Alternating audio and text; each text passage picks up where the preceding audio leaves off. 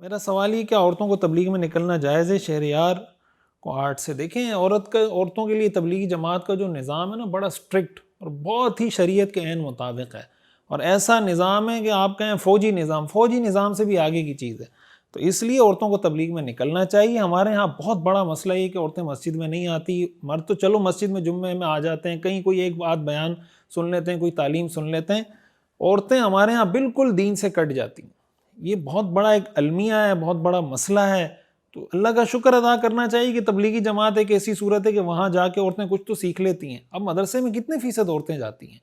بیان سننے تو ویسے ہی نہیں جاتی۔ تو میں یہ خواتین سے گزارش کروں گا کہ ان کو ضرور جانا چاہیے۔ میں ان سے یہ ریکویسٹ کروں گا کہ آپ تبلیغی جماعت میں جائیں، عورتوں کی مستورات کی جماعت میں۔ یہ آپ کے لیے، آپ کی نسلوں کے لیے خیر کا ذریعہ ہوگا۔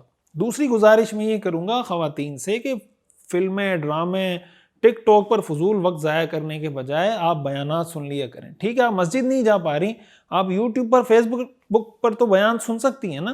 جس عالم سے آپ کو مناسبت ہے یا سمجھتی ہیں کہ بھائی یہ عالم، اس کی بات مجھے سمجھ میں آتی ہے، یہ میرے ذہنی لیول کے مطابق بات کرتا ہے، اس کی بات سنیں۔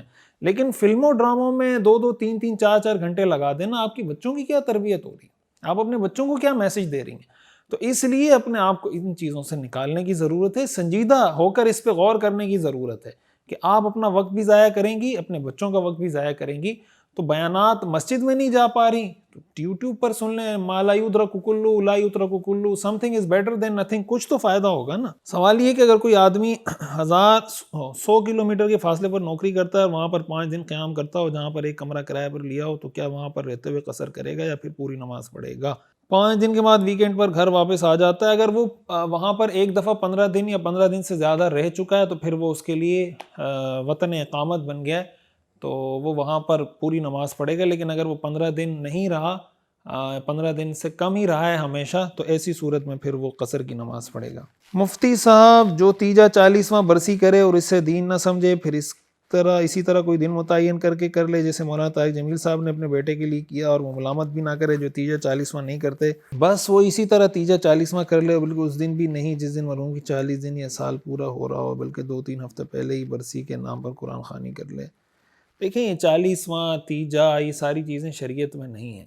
تو جتنا ان چیزوں کی طرف جائیں گے نا، شریعت کی وہ جو پیورٹی ہے، جو اس کا خالص ہونا ہے، وہ آہستہ آہستہ دین کو آپ سمجھیں آپ زنگ لگاتے جائیں گے۔